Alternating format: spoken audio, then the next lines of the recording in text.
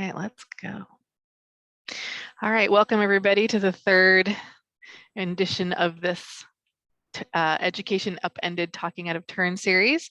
I'm really excited today to chat with not only a wonderful colleague, but also a good friend, Emily Daniels, and we're going to talk about regulation and burnout and exhaustion and the nervous system and all that exciting stuff that we've been seeing going on around us lately. Emily, do you want to talk a little bit about who you are and how you came to this work? Sure. Hi, folks. Some of you I recognize. It's good to see you guys again. Others, it's a lot of new people on here, though, since the last time we did this together, Lara, which is probably a couple of years ago now. Yep.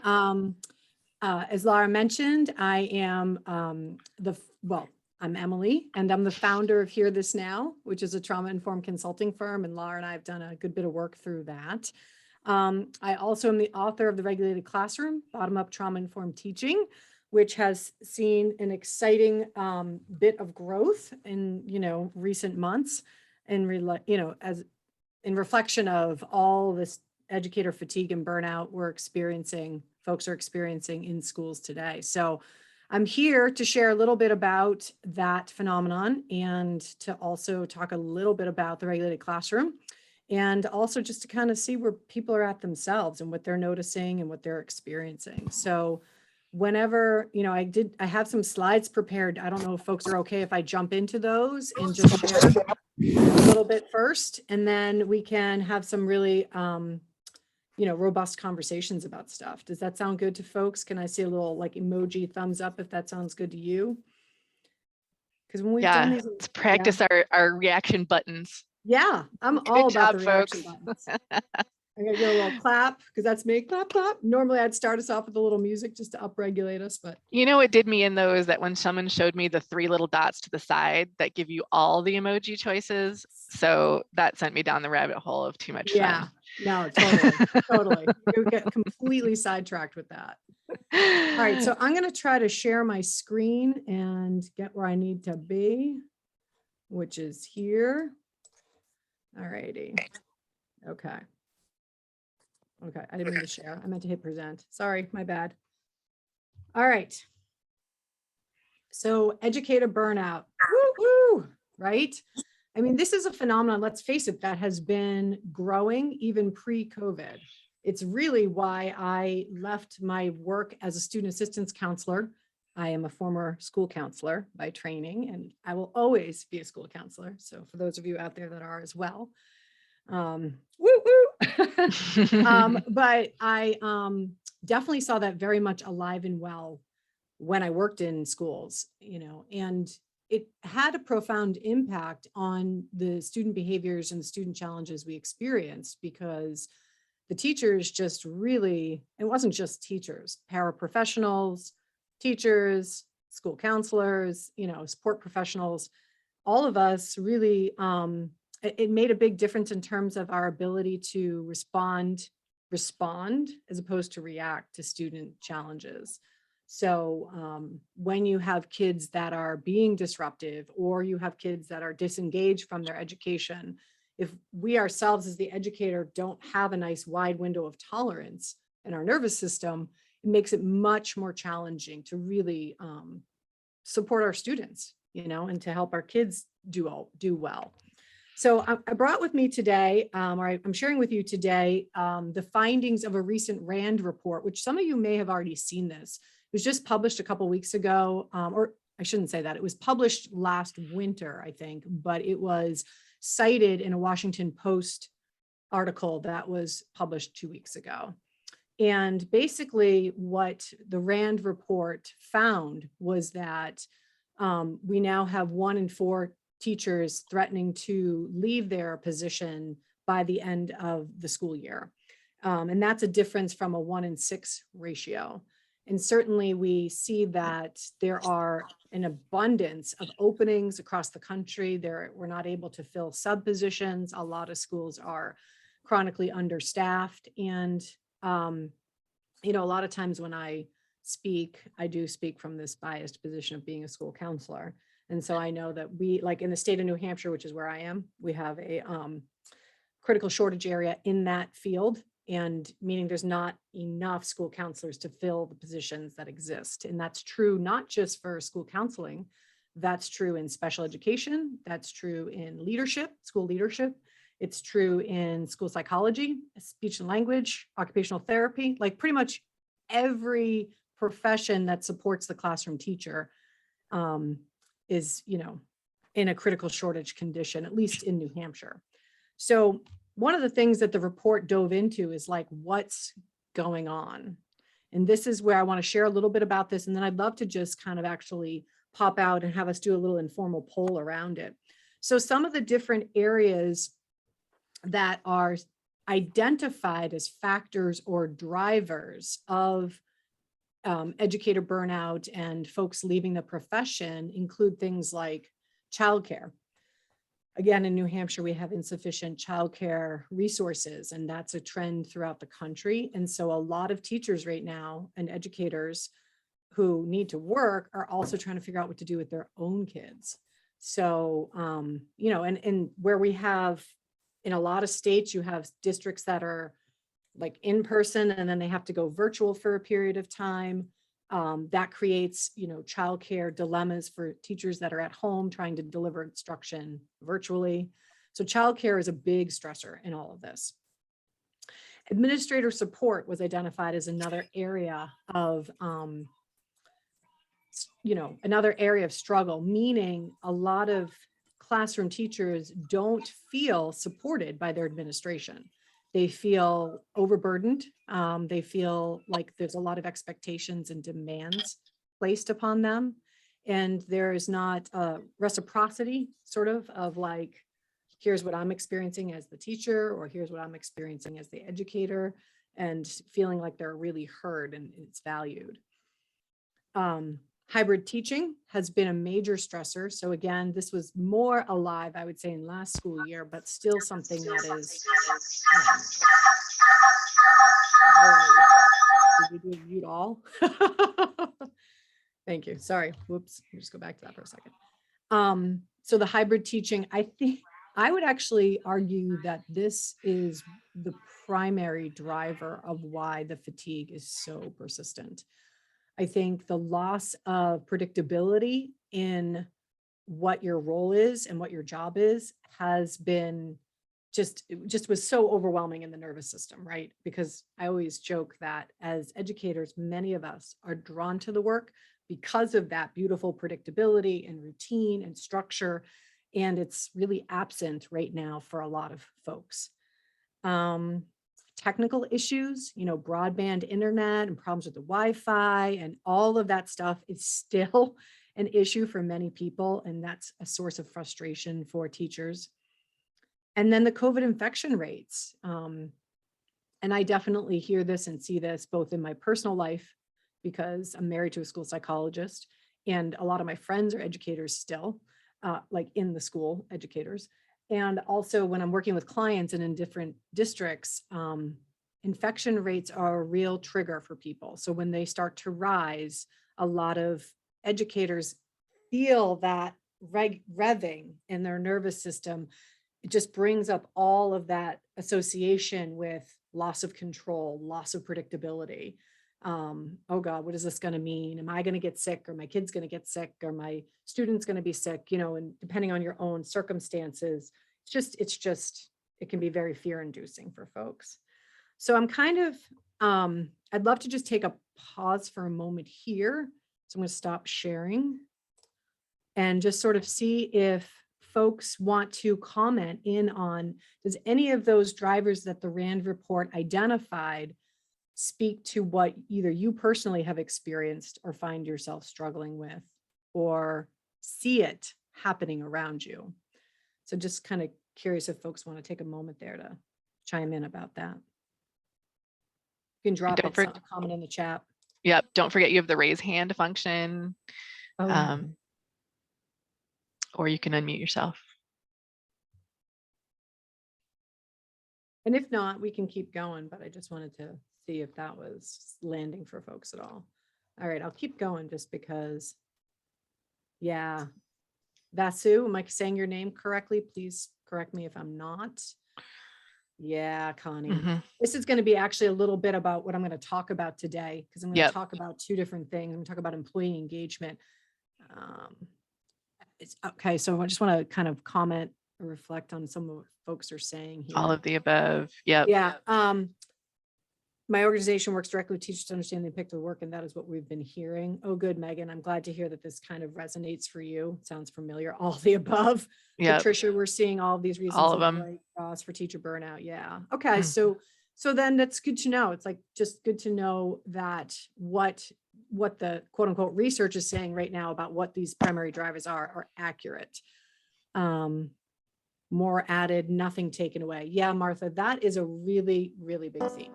And I think, again, that's a theme that was present pre-COVID. So it's like teachers and educators were already feeling like they were just constantly asked to do more and to do more and to do more. And there was less and less support or resources. And Annette has her hand raised. Oh, go ahead. I agree with all of the comments, but I'm working with First Nations principals in First Nations schools, and the gap was very wide pre-pandemic, as you probably are aware, in those schools that are fully First Nations or Indigenous students.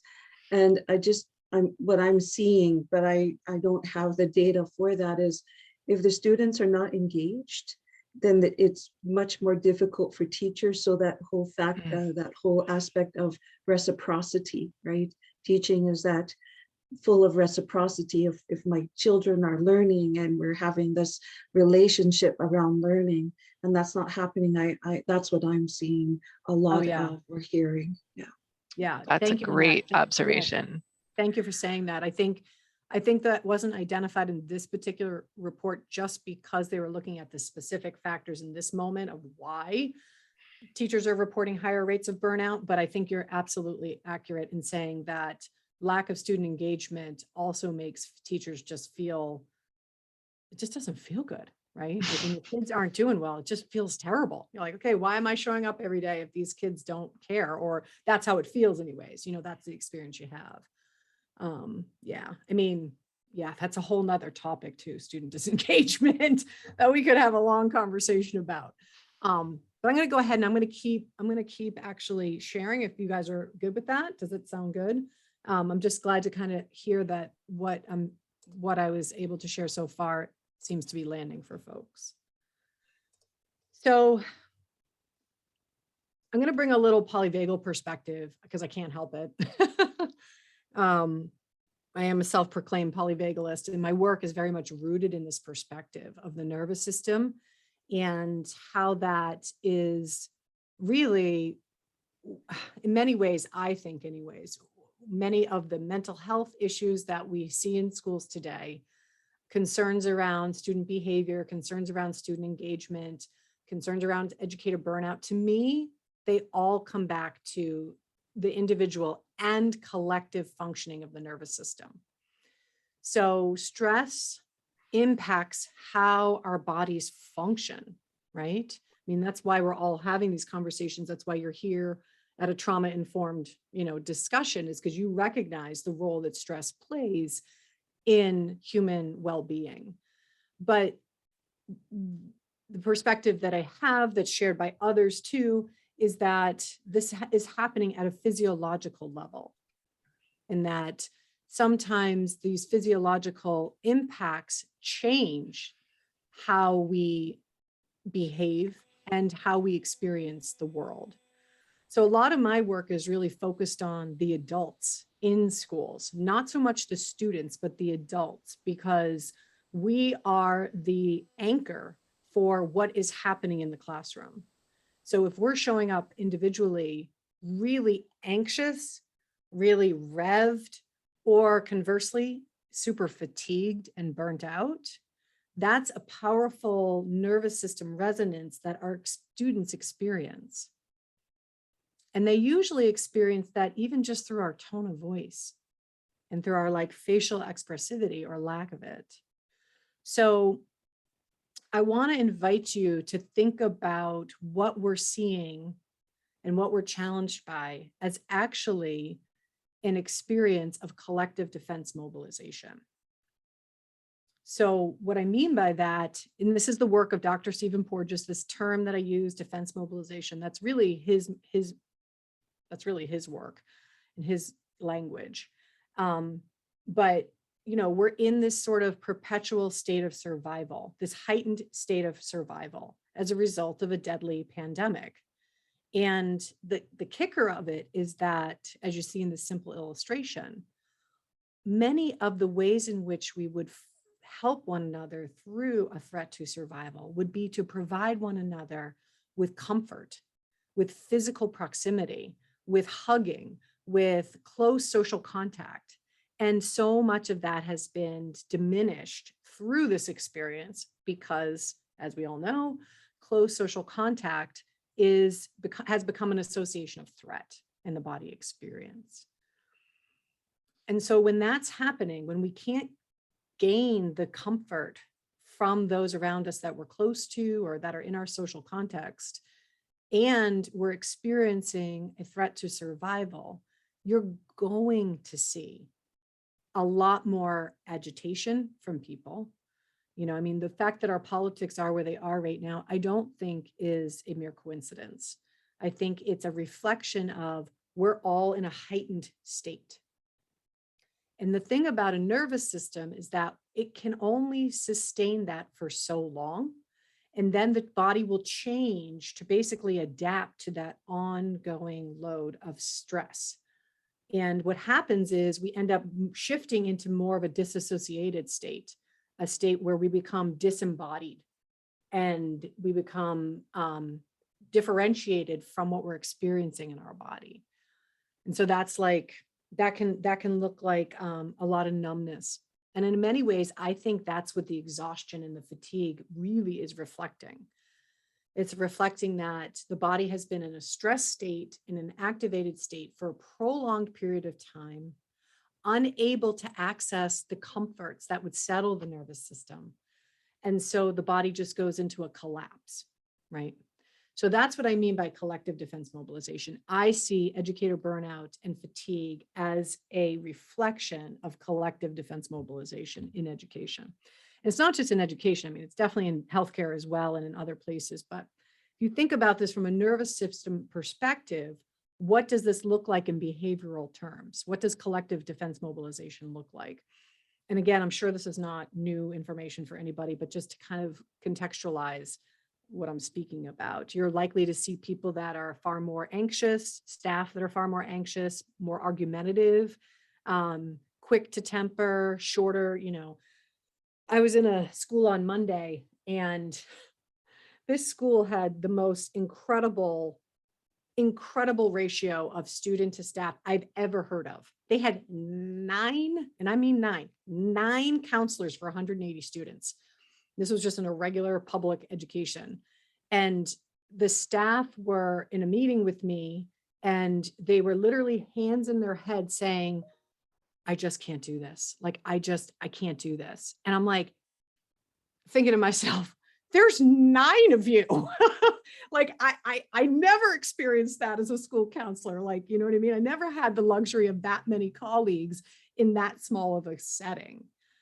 But I think what they were really responding to is that, like, they've just had to push.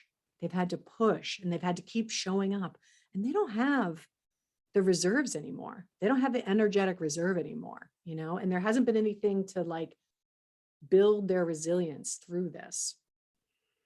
Another way in which it shows up is that people might be avoiding tasks. They actually might be less able to do their jobs, to actually complete the things they need to do to do the job well. They might be arriving late, leaving early. They might be, staying in their space, staying in their office, staying in their classroom, not socializing with other staff members. And then the freeze, sort of perpetual freeze, looks like they're checked out, they're emotionally numb. They have a really bad case of the efforts, like just don't give a crap at all anymore. All of those things, I think, are forms of collective defense mobilization that has been prolonged. So,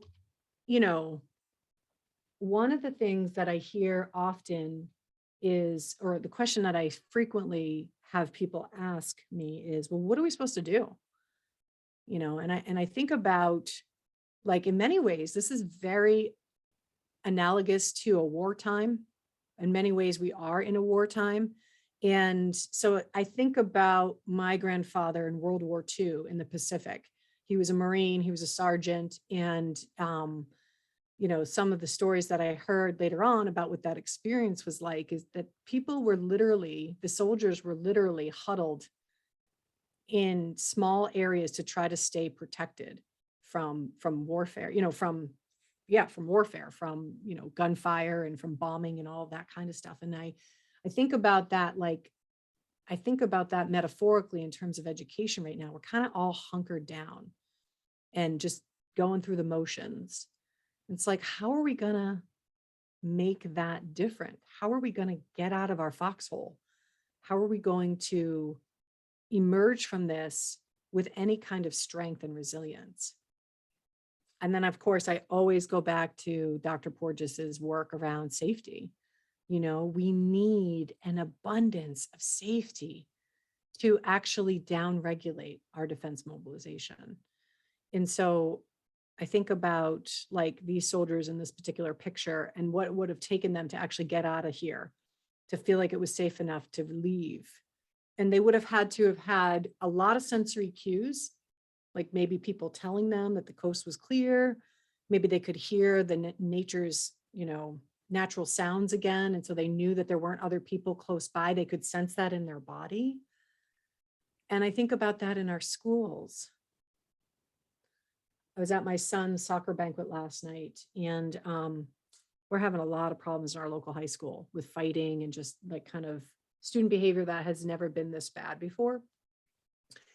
And when I walked into the school, everywhere, and I do mean everywhere, there was signs posted, and they had like placards that they'd put out in the hallway, and it was, you know, on the bulletin board. Every single thing, every single message was, don't forget your mask and stay 6 feet apart. That was just that was it. That was the only message that was in the school. And then they had all these arrows on the floors that were taped to the floors because they make the kids walk in singular direction around the building so that they're not crossing one another. And it was just like, there was nothing warm. There was nothing buoyant. There was no levity. There was no warmth in the cues of the environment in the school. It was like, we've just made it so that everyone needs to be reminded, the kids need to be reminded 24/7 that they better be staying apart and they better have their mask on. And so, you know, that's just something to think about. I mean, that's something that I really get into with the regulated classroom, thinking about environmental cues and how much those really have a big impact on our nervous system. So I'm just going to share. Am I talking too much, Lara? Should I stop for a second here? You guys, how are you guys doing? Let me just stop for a moment and check in on the chat to see. I see, maybe it's just me looking at myself. I see a lot of head nodding. Okay. I'm like feeling I don't know. some resonance. I'm trying to look at through. you guys in the camera, so I'm not necessarily seeing what people are feeling. And oh yeah, Margie, tons of grief. Tons and tons of grief. We're going to talk about that in a moment, actually, too. But yeah. I just don't want to be boring you guys. I hope that this is landing or feeling like this is a helpful perspective if it's not one you've been familiar with, or it's not how you've been seeing this. So I have this, so I want to talk about like how we get out of this foxhole, how I think we could potentially move towards getting out of the foxhole. And of course, I wrote a book about that and have resources for that in the regulated classroom. But I also want to think about it from an organizational standpoint. And every time I try to just focus on the regulated classroom, and Lara and I are like this, we talk about this stuff all the time. You can't just think about the individual educator in the classroom or the individual child who's struggling with their behavior or their disengagement. You've got to really consider, what's the context that all this lives in? What's the system doing? How is that functioning, right? And so I'm a systems nerd, so I'm always like thinking about the big picture, and then also, you know, the more individual picture, like what do we need for the whole? What do we need for the collective? What does the school need? What does staff need? And then you know, vacillating back to what does the individual teacher need in the classroom? So I love the work of Dr. David Sirota. He wrote the book, The Enthusiastic Employee, and he did has done tons of research. He was basically an organizational consultant for like 30 years. And he's surveyed extensively millions of employees to find out like what were the factors that need to be present in order to cultivate high employee engagement. So, and that's like a business term, employee engagement, but essentially what it means is, the level of enthusiasm you have for your work, right? And I remember when I met this concept and met this theory, I was like, schools need to be thinking about this big time. And there is some of this stuff talked about in adaptive leadership, is it? No, not adaptive schools. They work Adaptive very well. schools, yep. Thank you, adaptive schools. There is some of it in there, sort of like interwoven, but I'm just going to share a little bit of Sorota's work just to help you think about this, okay? One of the most important things that I think we lose sight of is that as human beings, we really want to belong. Mm. We really want to belong, and we want to feel good about where we belong, right? And our school community can be that. I mean, all the research and all the science. I mean, they've been talking about this stuff for 30 years, but it's never, a lot of schools kind of miss the mark on this because we get so myopic about student achievement that we lose sight of, first and foremost, a school is a community. And it needs to be a place that people feel proud to be a part of, right? So that's his work. People want to be proud of the work that they do. And he sort of identifies 3 global factors, like I said, that need cultivation. These are conditions that need to be present in order to help combat burnout and fatigue and to inspire engagement on the part of the teacher, on the part of the school counselor, on the part of the principal. Equity, achievement, and camaraderie. So I'm going to talk briefly about a couple of these concepts because they're very trauma-informed. So equity, he identified this way before we were having an equity conversation like we are now at the national level, but just that it's very important to people to be treated justly and treated fairly and to be paid fairly. And, so there's a lot to that piece.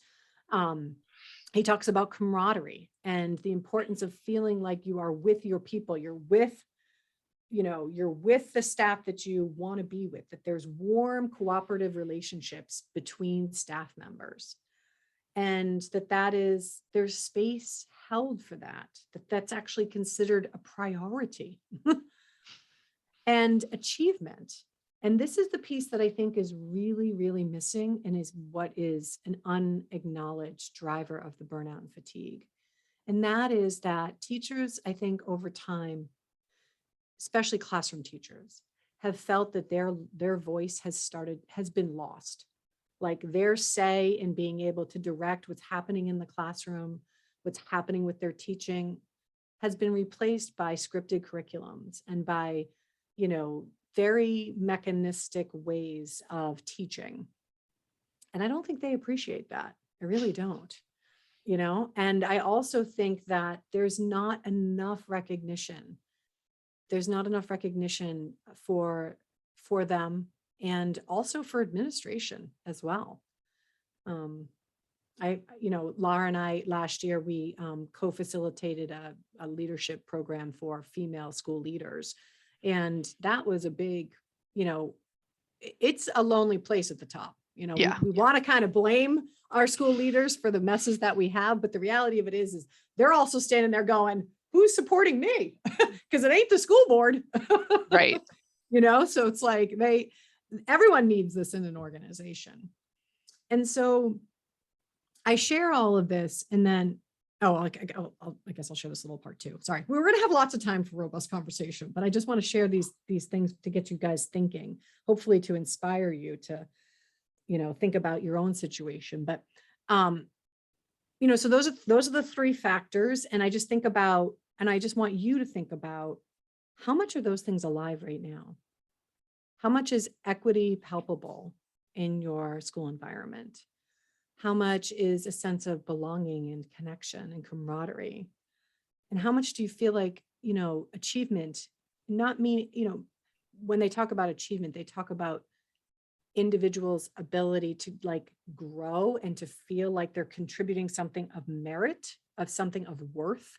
Efficacy. And that, yeah, exactly. Efficacy. Thank you. That's the word, Lara. And also to feel like they're being recognized for that. And that doesn't mean like in an actual award. That means just like a, hey, thank you for just like killing it today. Like, thank you, you know, being recognized by parents, being recognized by their administration, being recognized by their community. So the other work too that Lara and I have actually presented on together has been the work of Google and their Aristotle project, which Google wanted to understand what makes high performing teams, because we often don't think about this with schools. We don't think about the fact that we're actually a team in schools, or that there's, you know, well, there's grade level teams and that sort of thing, but we are basically a collection of teams in a school environment. So what are the factors that need to be alive in order to cultivate high performing teams? And the biggest myth going is that you want to get the most talented, smartest people on the team, and that will make it happen. What Google found through their research is that there are, again, these sort of conditions, these necessary conditions, and the most important one being psychological safety. So do people, so that goes back to like the work of Porges, do people really feel safe in their school environment? Do they feel safe with their colleagues? Do they feel safe with their administration? I would argue that that's not abundant in a lot of school places. Yeah. You know, that's sorely lacking. Channeling the Brene Brown, like, can you bring your whole self, yes, your whole unarmored self to work? yes, Can you be you, your true you? right? Do you feel right. safe? Yeah, exactly. And they talk about it in terms of like, can you speak your truth and not be fearful of punishment, not be fearful of consequences to show up and speak your truth. And I mean, of course, you know, you have to be professional about things, but can you be authentic? Can you be your authentic self? And can space be held for that? yeah. And I was, Go ahead. you know, that when you're talking about efficacy, that made me think, I just put the links in there, of course, to the regulated classroom so that people can check it out. But visible learning, so John Hattie did like a meta study of all the studies about what, you know, gets the most out of students academically in, you know, in grade level terms, and what we think of achievement. And collective teacher efficacy is like the number one thing that makes the biggest difference in students, and that feeling of being able to move things forward, but in a collective, right? Not just pushing the boulder uphill on your own.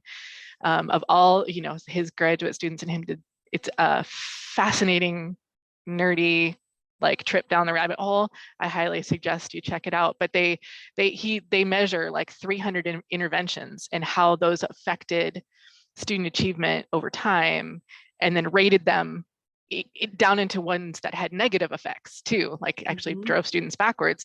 And of course, a lot of things that we are putting an emphasis on are the things that don't work. And so he's trying to drive us, like, to show us the research that things like collective teacher efficacy, student teacher relationships, these kind of interventions and empowerment of staff and collective, like being able to be in a collective, are the things that actually, you know, drive us forward. So that I just put in another resource along those lines. I love that. I love that.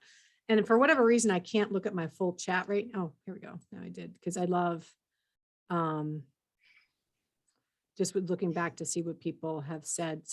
Nicole said they can relate to, and Nicole also mentioned that SAMHSA's, you know, 6 principles. Yeah. I mean, the stuff they're talking about is 100% very aligned with SAMHSA's Yes. trauma-informed care and all of that. I mean, we're all like in many ways driving at the same thing here, right? It's just that different fields define it differently.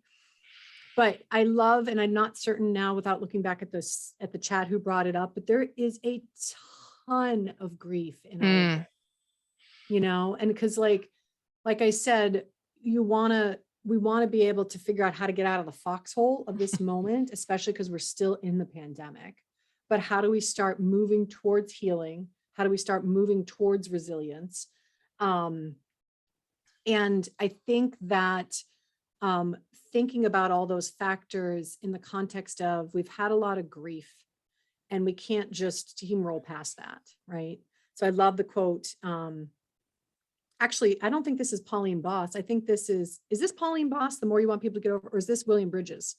Oh, I think I miss. that's Bridges. Yep, you're yeah, right. it's Bridges. But it sounds like her Okay. too, because she's talking about this as well. Yeah, yeah. So if you all don't know the work of Pauline Boss, you want to. And you can Google her and find her. She's got a fabulous series with Krista Tippett on being. But she is known for identifying the field of ambiguous loss, which is like the duality of the grief that we've been through, which is we're in school, but we're not in school when we're doing hybrid teaching. We are, things are going back, but things are not the same. You know, like there's just a lot, I mean, and then you also have definitive grief with people who've lost loved ones through this. So there's a ton of grief in all of this. And one of the things I was hearing at a school recently is, you know, I don't know how to talk about those things because I'm afraid that if we talk about them, we're just going to go into this negative spiral and staff won't be able to get out of it. Because one of the things I say is, if you really want to start moving towards healing, we've got to name this stuff. We really do. I mean, yes, we've got to regulate the physiological state in the body. And then after we're doing that sort of thing with the regulated classroom, we need to be really processing some of this.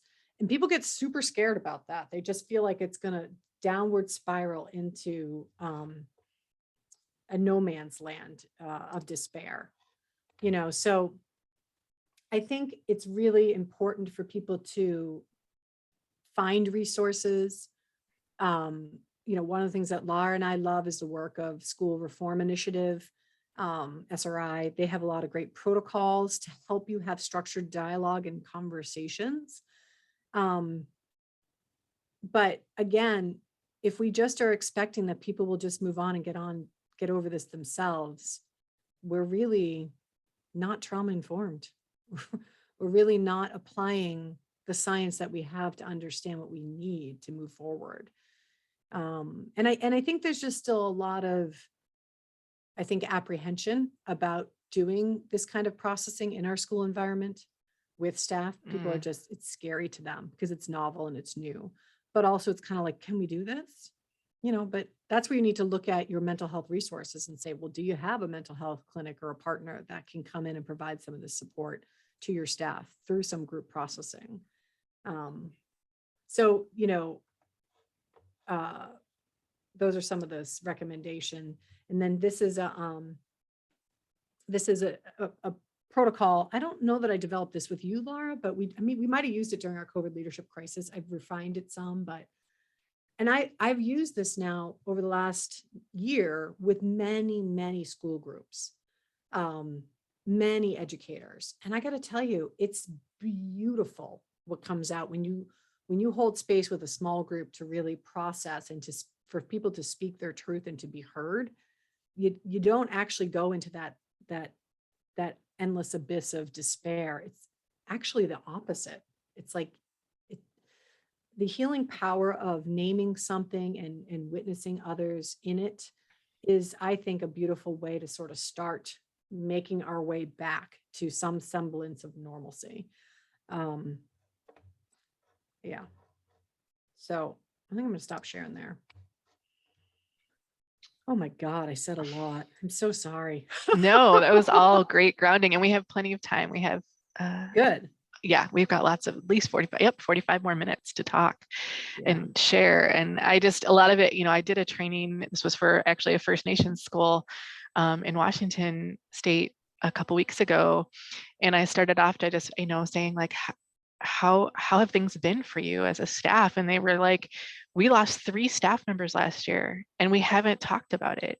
We haven't, I mean, they've supported each other, but they haven't had a way to like collectively grieve. And so that we spent a long time just talking about that, you know, as a step towards becoming trauma informed. And how do we, you know, the apprehension that you know people mentioned, you know, fortunately for them, they were already a really cohesive group, but imagining in a school where this is also true, where that's not true, you know, I told them they were very lucky that they had each other so, you know, so closely, they just weren't quite finding the way. But that just really struck me, of how much grief we're coming back with that just adds to our dysregulation, and not having a way to process it. So Margot said she would love to know some of the prompts that you've used to start those conversations. Yeah, I'll actually share that with you right now. So one of these structures, and I'll just share it with you just so you guys can have a sense of it. But one of the structures, this is derived from a protocol of SRI, and it's kind of like the was it called, Lara? Was it called who's got the last word? Or oh yeah, the last word, I think. The last word. I'll put the SRI link in there. Yeah, I love this, and I'm happy to share this with folks. This one here, I have adapted it for processing grief and loss, and even being able to do this virtually. So hold on one second. I'm going to drop it in the link. I'm going to drop it in the chat. The thing that's really beautiful about this particular structure is that it's not about you hearing other people and then replying or responding to what they share. It's actually done in a circular form. It's an iterative process. So basically people share in rounds, and each person has a certain period of time where they can speak. And others are actually instructed not to respond. They can use their emoji toolbar. They can use their hands to show like like hand over the heart, or like, a kiss, or me too. They can use gesticulations to demonstrate support for what the person is saying and resonance, but they aren't actually supposed to come up with a reply or response. And when you're processing grief, that's a really beautiful practice, because so often we want to fix the sadness. We want to fix the grief. And that's honestly one of the worst things you can do for someone who's grieving, or describing a grief experience, right? So, yeah, so it gives people a chance to say speak their truth, and to have others witness it without people fumbling with what to say, if that makes sense.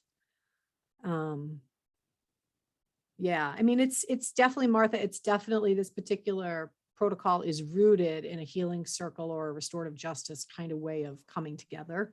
And so if you guys are already doing that work, this would be a really, I think, useful tool for you all. And the thing about it too, I think is important to recognize, is that doing it once is probably not sufficient.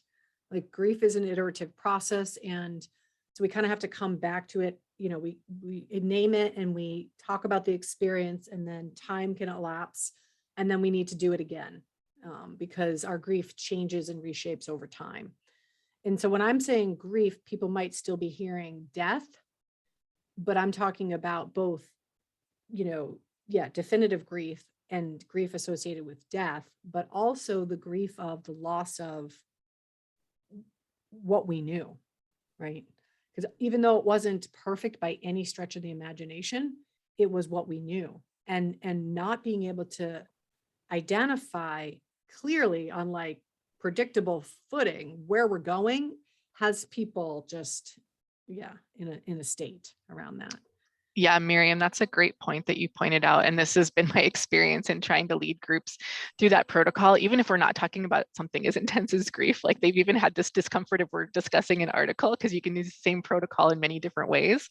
But having people just sit and listen to someone's reflection without any crosstalk and without responding is like, you see someone like trying to strengthen a muscle. They're like, oh, I want to say something, and yet at the end, they're always like, oh, wow, I just gained so much from being able to do that. So yeah, I'm really glad you pointed that out. Margie has her hand raised. Go for it, Margie. Yeah. Yeah, I'd like to tell you a little bit about the grief recovery method, because that's exactly what happens in that. And that is the only grief sharing program that is evidence-based.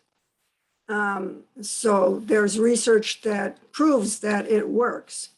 And a couple things to start out with are definitions of grief. And this is important for people, because society does not teach us or allow us how to learn to deal with grief appropriately.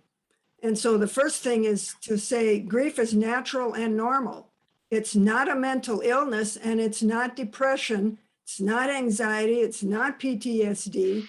It's grief. And the Grief Recovery Institute has also identified at least 43 different kinds of losses. So it's much broader than just the death of a person or the death of a pet. So it could be the loss of trust, loss of safety, loss of security. Besides moving, losing friendships, again, more than just divorce, but the breakup of friendships or collaborative relationships, job loss, financial losses, earthquakes, natural disasters. In all of those situations, we lose something. Many times it's safety and security. In the pandemic, we lost lots of personal contact. We still could have contact, but it was that personal touch and, face-to-face encounters. So it's important to start out with, identifying all those different things, because I know I live in South Dakota, very macho, stoic, and people have a hard time acknowledging grief. What? No, but they're angry, they're anxious, they're depressed, they're frustrated. Those are all different avenues of grief. And that's a psychoeducation process. It's not a grief recovery method is not a counseling theory. It's psychoeducation. So when I do public presentations, I do a lot of education about grief. And what are the questions you can ask are, again, like ACEs, what happened to you? But look at what kinds of situations have you been in and what have you lost in those situations? And look at the pros and cons. Oh, we lost that. I talk and deal with a lot of church people and hybrid church, like hybrid teaching. So yeah, we lost some things, but what did we gain with the hybrid teaching or hybrid church also? So there's always, there's always negatives and positives that come up. So just, I think doing that will open the conversation amongst people that, and then, then the more they can open up and talk and process, the better everyone will be. I mean, that's what our whole mental health system really is about. Opening the conversation, and then you can get into details of how can you really heal. So everything, Emily, you've been saying, for me, I translate that all into the grief recovery method, working in circles. The other thing you can do in psychoeducation groups is you can have them write down, have them ask someone ask the questions and they can write it down. And then that's still that process of going through our body. It goes through our emotions, it goes through our cognitive stuff, and it comes out in our writing. So journaling is really important. But as well as you can ask those specific questions and then have people respond to them in writing. If they want to share that verbally, great. If they don't, it's okay. At least they've got it outside of their body. And that's an important key. Those are all great. That's awesome. I did have a school counselor. I do consultation and mentoring and coaching. I did have a school counselor say to a special ed team, some of them, I have just been so frustrated at the beginning of school and I think it's grief. And I was like, oh, thank you. Thank you. Exactly. So it's the naming it is so important. So anyway, I could go on. Those are great. Thank you so much for sharing all those concrete tips, because I do think sometimes that's where Emily and I see people struggle. And I've encouraged people, for me, when I was in a school building, this concept of bringing this up would have terrified me. I'm not good at getting people to bring out their feelings, but I know people who are really good at it. So I was said to people, like, if you're not that person, if this kind of terrifies you to think about, starting this conversation, even though you need it's necessary, find your people. There's going to be one of your colleagues who's natural, like Emily is at bringing this out, and people who can, talk about this comfortably and get people to start processing all of this.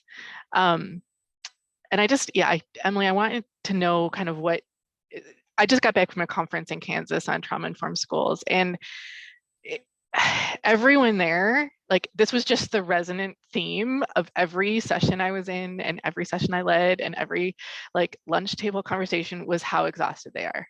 Mhm. Yeah. They're just like, all the Yeah. administrators are like, this year's kicking my butt. I've never had a year like this. I thought last year was the worst. I don't like, everybody was like, I can't even believe I'm here for 3 days. Some schools couldn't come because they couldn't get subs. Anyway, it just feels beyond the grief. What are things that they can do? Like, you talked about regulation, you talked about some of the strategies. I know I actually didn't really even talk about any of that stuff today. Yeah, like you But- kind of touch on it a little bit, but like, what Yeah. can we help folks think about in terms of, because I think they're starting to feel, what worried me is like the bleakness of the conversations. I've Yeah. never felt really that way before I always felt like people had, like you said, had some reserves, and even like, oh yeah, teaching, we're tired. But no, this is like a different conversation I've had in the last couple of months than I've ever had before. And it sort of worries me. Well, so what I think is really interesting about that too. And again, this is just like, I'm finally starting to go back into schools, and I hadn't, and starting to do trainings in person again. And I hadn't done that for 18 months, right? So just in the last 6 weeks, I'm starting to slowly move back in because people are ready for that. And one of the things that I notice, which is a hard thing to say, but I feel like I need to, is that, the reason schools want me to come in is because they're like, our kids are just a mess. And yes, our staff are kind of fatigued and tired, but the kids are a mess, kids are a mess, kids are a mess. I don't see that. I really don't.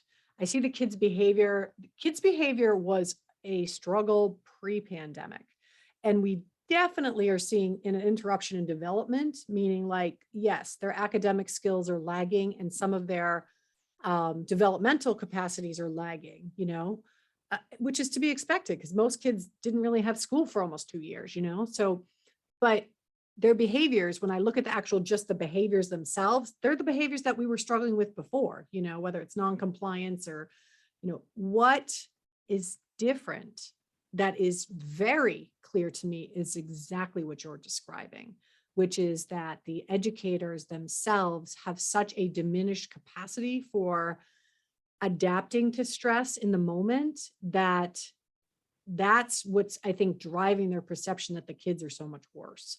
It's basically they don't have the reserves, they're tapped. So it doesn't matter what the behavior is, everything just feels so challenging, right? It could be a kid talking out of turn and they're like, well, that kid just shut up. They're done. And so one of the things that I talk or say to folks often is that we do really need some embodied healing. There is a residue in our individual and collective nervous systems that's literally weighing us down. And it has to be shaken out. It has to be drummed out. It has to be banged out. It has to be like, think about, and indigenous cultures do this so much better than we do. But that's the reason they had the rhythms and the rhythms and the rituals that they had. One of the things that was an absolute joy, or has been an absolute joy for me, is that I have been co-leading some embodied healing workshops. They're basically rooted in the regulated classroom, but when you get 20 educators together and you give them rhythm sticks and you teach them a hand clapping sequence, and then you start doing it with the rhythm sticks, and you combine that with processing what they've been through, by the end of that, the amount of release that is experienced in that group is so powerful. It's so beautiful. And people are like, this is exactly what I needed. Like they need to feel inspired again. They need to literally have embodied hope again. And what I see happening instead is it's the courageous few schools who are willing to do this with staff. But most of the schools think that we can just go back to the routines that we had before and the ways we did things that we had before, and that everything's just going to be fine. We're just going to go back. It's like, there's no going back. There's no going back, you know. You might have certain individuals in school settings that they themselves are well resourced and they already, you know, really are tuned into their nervous system and they know how to kind of rid themselves. But even those individuals are going to find themselves really overwhelmed around others that are just, like you said, Lara, you can feel it in your own system. You can feel it in your own body and it kind of drags you down with it. There's a contagion there. So yeah, we have to make, I'm not kidding you. We need to do some massive amounts of collective rhythm making. I'm not kidding. And like, you know, Dr. Perry says, we need a ton of therapeutic dosing. Means we need to be bringing that right into the classroom. You know, people need to be making music with children, dancing with children, singing, moving, you know, shaking, getting that stuff out, like really ridding the body of the residue that's there. Yeah, those are Adriana. great. Yeah. Yeah, doing it in unison. That's the key. That is really, really key. One of the things, again, I see is that teachers are like, well, I already do that. I do Go Noodle in my classroom. Like we have, you know, like 5 Go Noodle breaks a day. I'm like, that's not a collective thing from the standpoint of the kids are watching a screen and they're doing it at a screen. That does not give you the same experience of children being together, seeing each other, being in a circle, or like being attuned to other nervous systems and creating something together. That's just like, you know, that's a less dynamic experience, and it's not a social experience. It's just a movement experience, you know? Yeah, Adriana, exactly.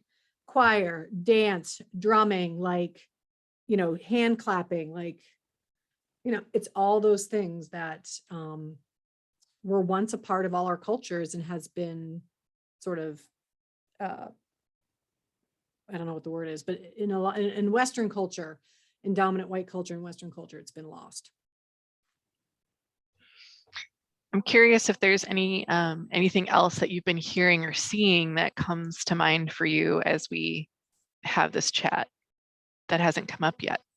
That's just like burning. You talking to them or you talking to me? You and then them.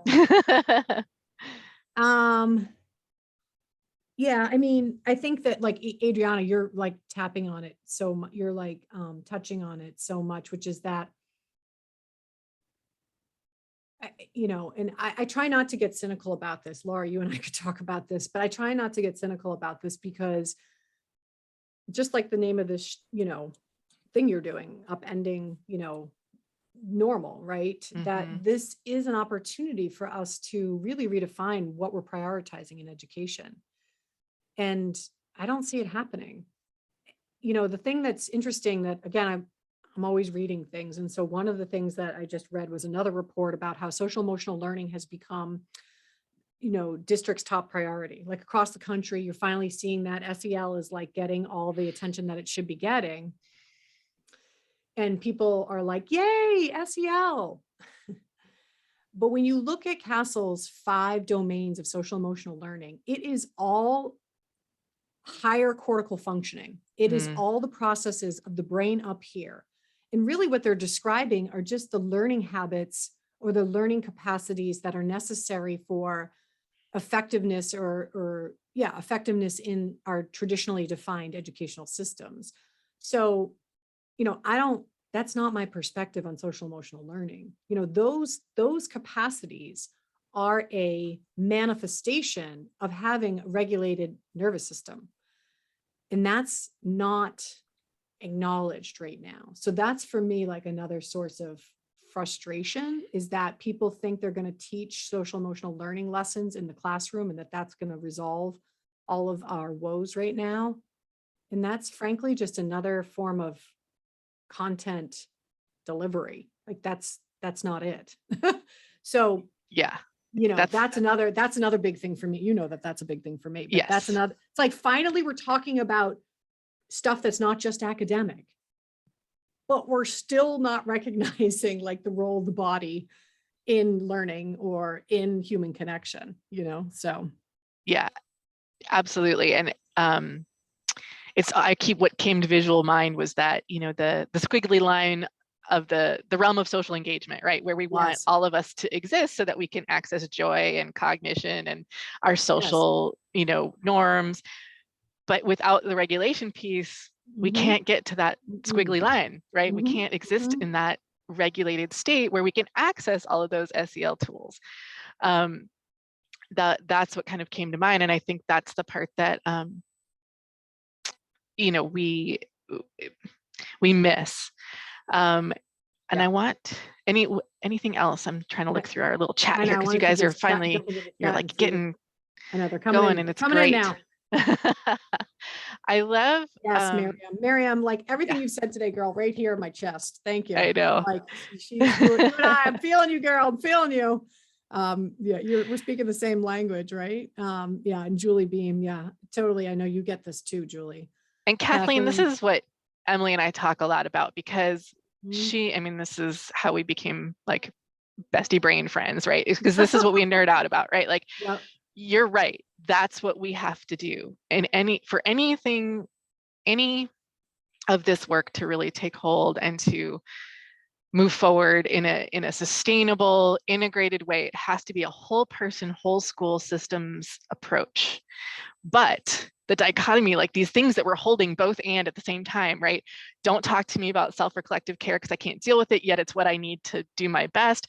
Like I don't have the bandwidth to think about systems, but systems is the only way this is going to work. Like we're holding all of these truths together in dichotomies constantly. And that's really hard. It's hard for me as someone who's really passionate about this work, trying to always keep on the fact that this is really the only way forward. So what are the strategies that we can use to start,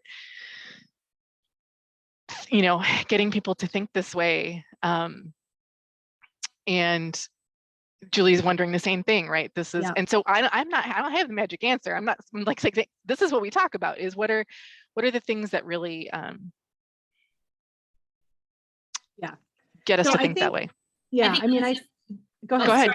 I was just going to add, I just think of what's the small bite of the apple, right? Yes. Like, I also I get really worried about, it's so important to talk about your own nervous system, right? And I just had this conversation this morning with a group of teachers and you know, recognizing your states and even tracking them and like students and just sort of where we are and what are the patterns and what are the rhythms but I just worry about the individual nature of that because I know in my mind, so much of what people are raising are system issues, right? There's systemic dysregulations and there's a need for that sort of organizational care. And so I think I'm sure I'm preaching to the choir, but any thoughts about how to be not overwhelming in the approach to leadership, but think still or help them to think more holistically about this I'm finding a challenge.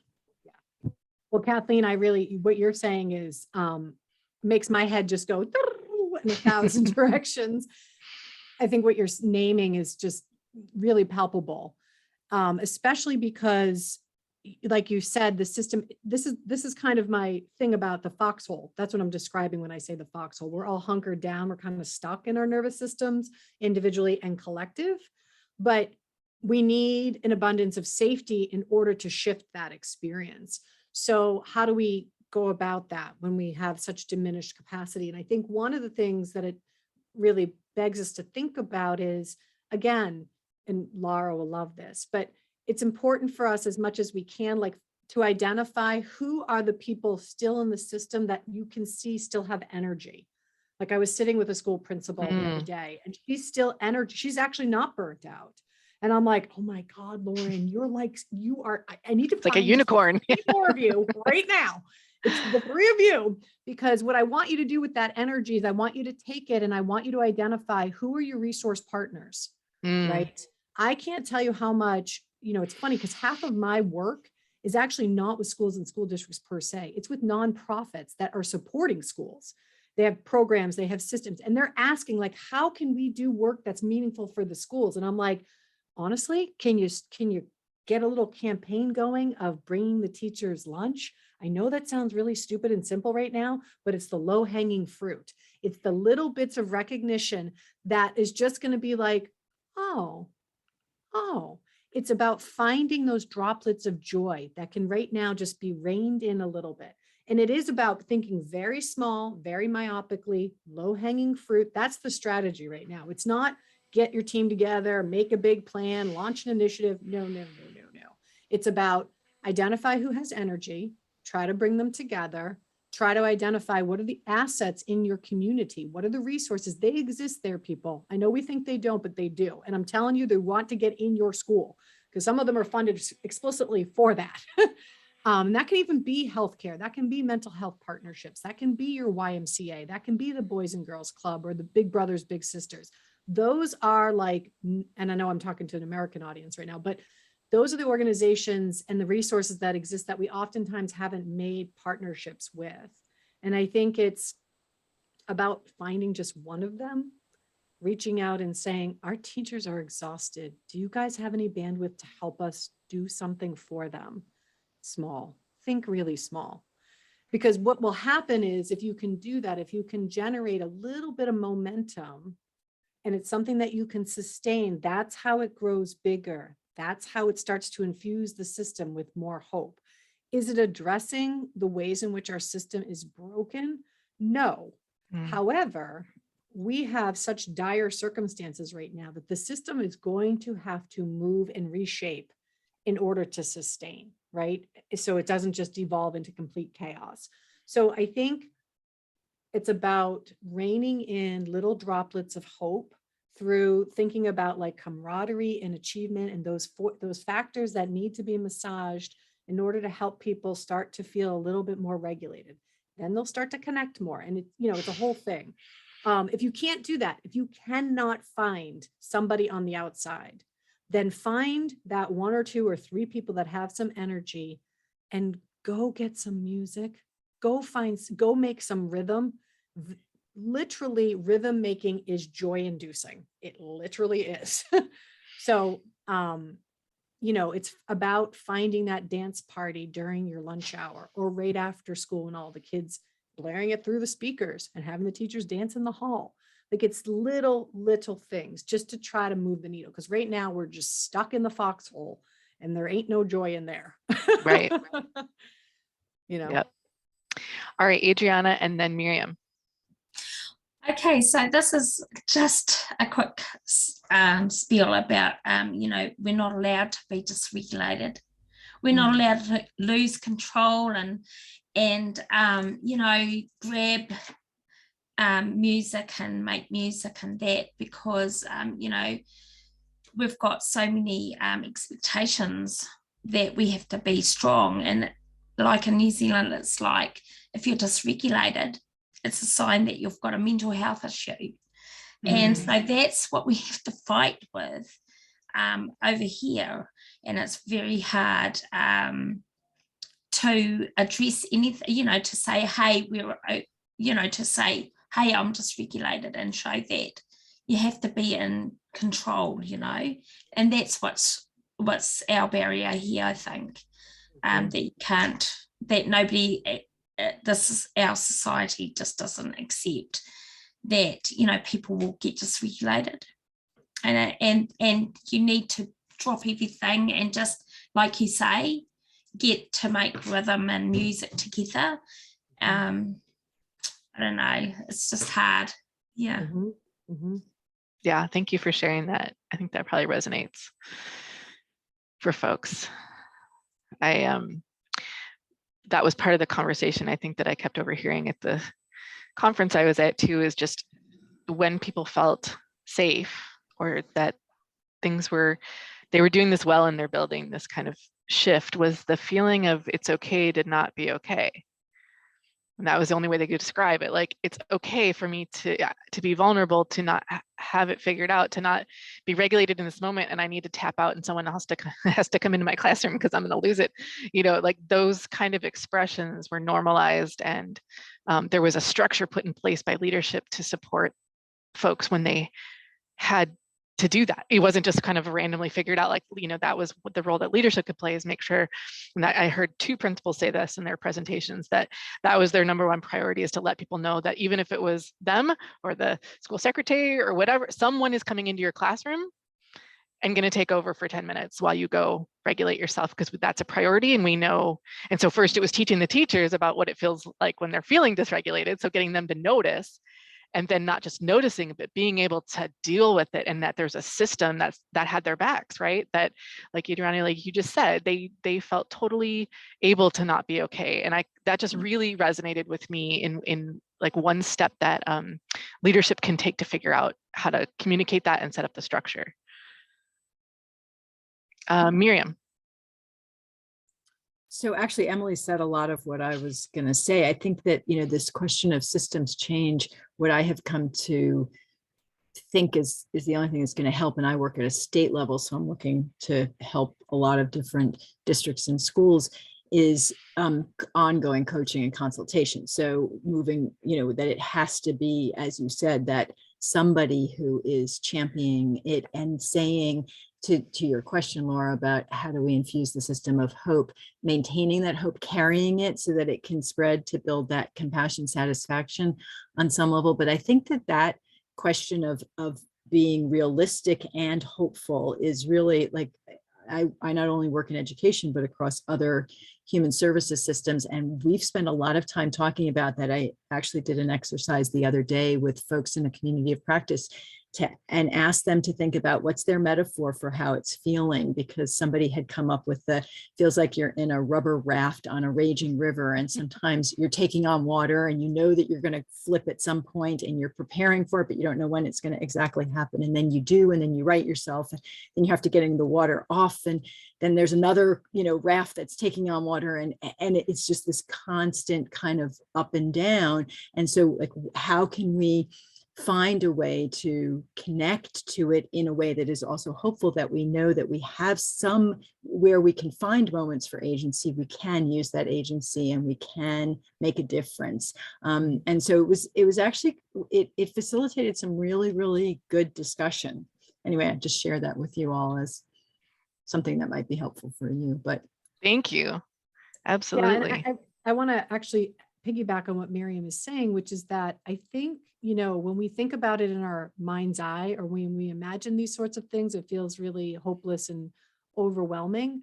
But what I've seen and what I've experienced, this is just me personally with folks, is that whether it's a 30-minute conversation or it's a day-long workshop on healing burnout, it can be incredibly therapeutic. It can be incredibly healing. It's not, you know, I mean, yes, there is always the risk of things going south, and but a well-designed conversation, a well-designed workshop or intervention, in my experience, has not done that. I mean, overwhelmingly, like, people just need to be seen. People just need to be heard. Yeah, it's amazing to me how much, like what Adriana was describing, that's not just in New Zealand. I think that's a very American way as well, in white dominant culture, which is that you just keep going. You just pull up your bootstraps and you just keep going. So when you actually hold space for people to be real and to say, like, I can't do this, I'm so exhausted by just trying to keep going. Somehow that's like, that unloads them, that unburdens them, just to be able to even say that. So it's, yeah. Think small and bite size. Yeah, because I do think, of course, because we feel the urgency, we want to fix it all right now. Yeah, and you and I know that if people actually started trying to do that, you'd have more sabotage and resistance than you can even imagine. Shake a stick at, right? Yeah. And this is, you cannot be changing it all right now. What you said about finding your people, I was like, that's what I do. Like when I start to think about this stuff too much in my own head and I start to feel really cynical and overwhelmed and like, I'm just going to quit and not do this anymore because I can't, I can't fix it all and I'm just going to give up. I usually call you or, one of our colleagues that I vent and say, okay, I'm feeling, and you do the same, right? We God, yes. collectively kind of support that feeling of overwhelm until we don't feel that anymore. Like you said, just by saying it out loud. And then we go, okay, I can, I can start back up again and continue to fight the good fight. And what you just said too, that, this trying to force the change, one of my favorite books that I bring up when we present is, I think you mentioned it earlier, William Bridges' book on transition and understanding managing transitions is what it's called. If I can find the link, I'll put it in there. But it's written for businesses, but really what he's talking about is the psychological effects of change, and that grief is a huge piece of that.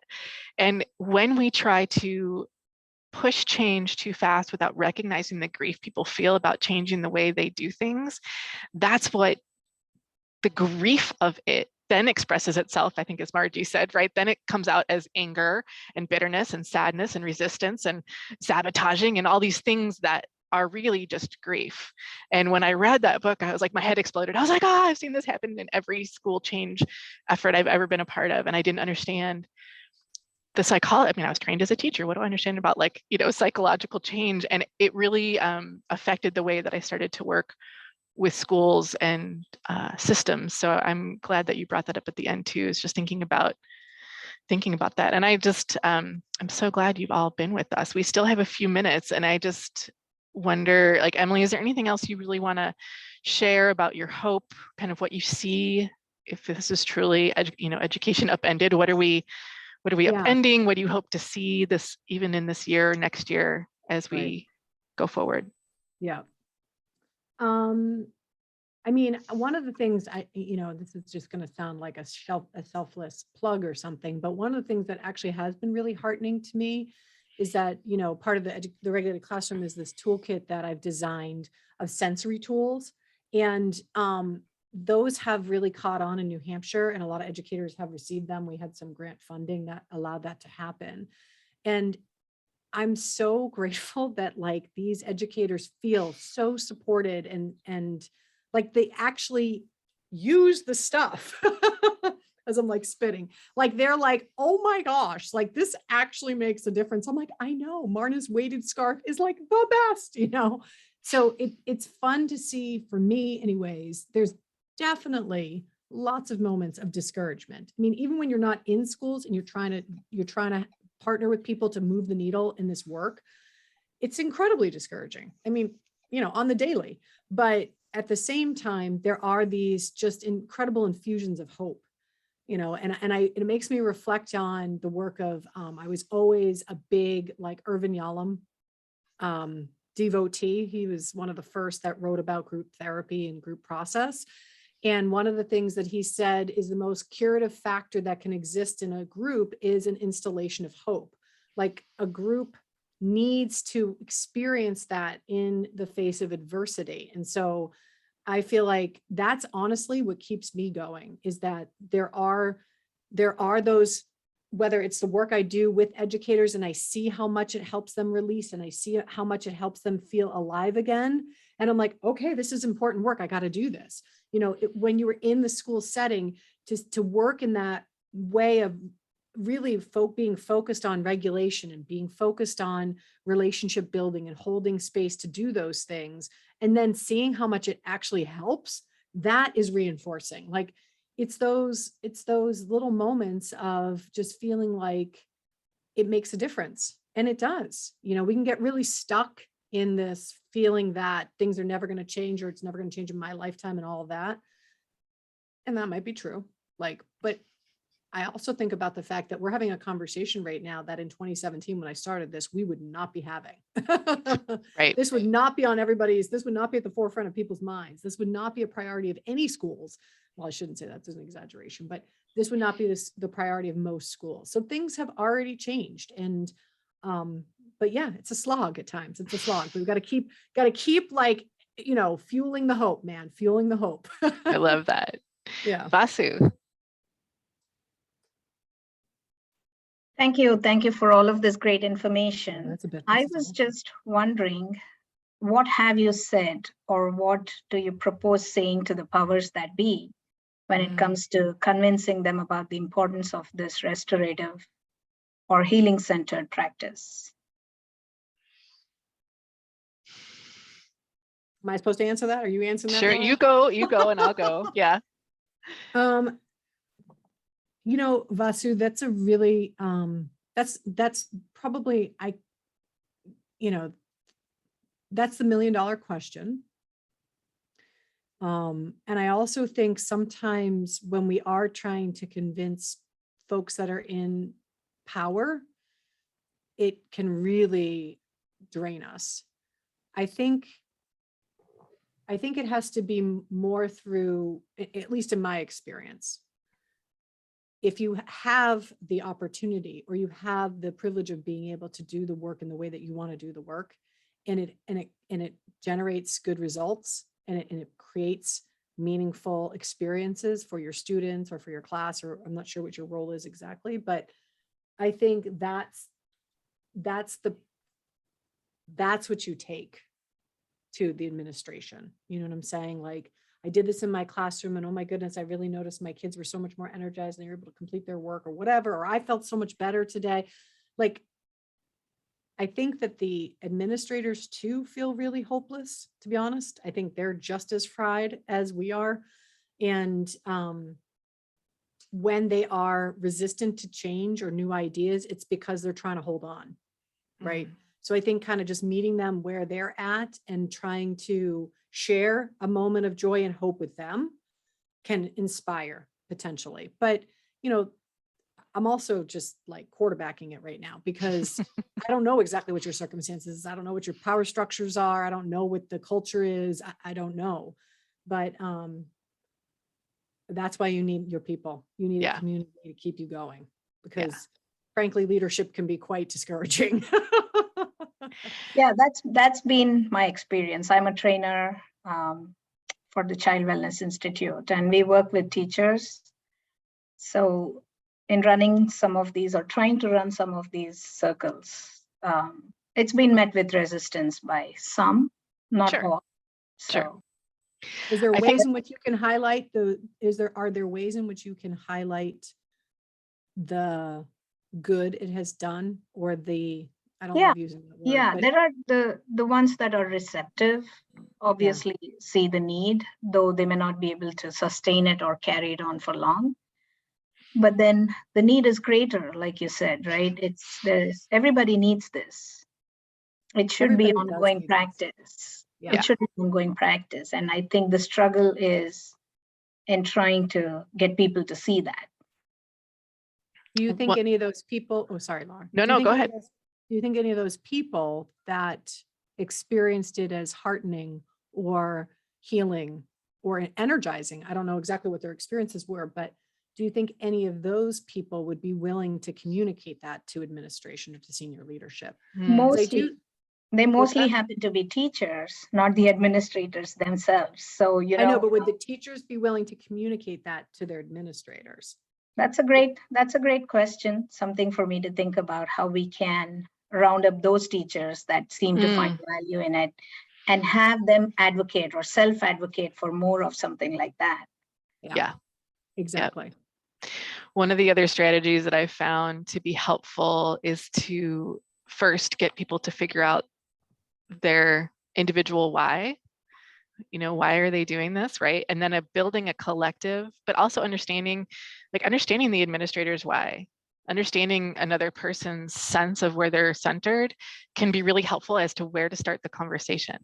Because my why might be over here, and that's where I'm starting the conversation, and then it doesn't match with them, and then we're not talking about things that get to their heart. But if I figure out what really drives them, because this work I feel is universal in all the different systems, right? And it is helpful no matter which way you're coming at this, whether it's through achievement or behavior or whole school or, you know, SEL, or no matter where you're coming from this, right? It's figuring out kind of what that collective North Star is and the individual drivers, and trying to speak to people from where they're at. That's one of the, just like when I have that kind of tension, that's where I usually have people start. And like Emily said, like then having I love the idea of having the collective cheerleader group, come and really talk about how it feels for them. Yeah. Yeah, Thank absolutely. You. I mean, when I asked this question, I was fully aware there isn't a concrete answer because right. it's very different. But definitely thank you for talking about it. Yeah, no, this is what we do because we don't have all the answers. We just try to talk about it with each other and slowly move along. Thank you for doing the work that you're doing, Vasu. Thank you for doing your work. Yes. Oh yeah. You are making a difference with those teachers. You get to see that. Absolutely. Absolutely. All right, folks. Well, as always, I'm like shocked and sad that our time is up. I always have so much fun with these. It was so fun. That was so fun. Thank you for joining us. I'm going to stop the recording, but I'm going to stay Lara. on. Hold on.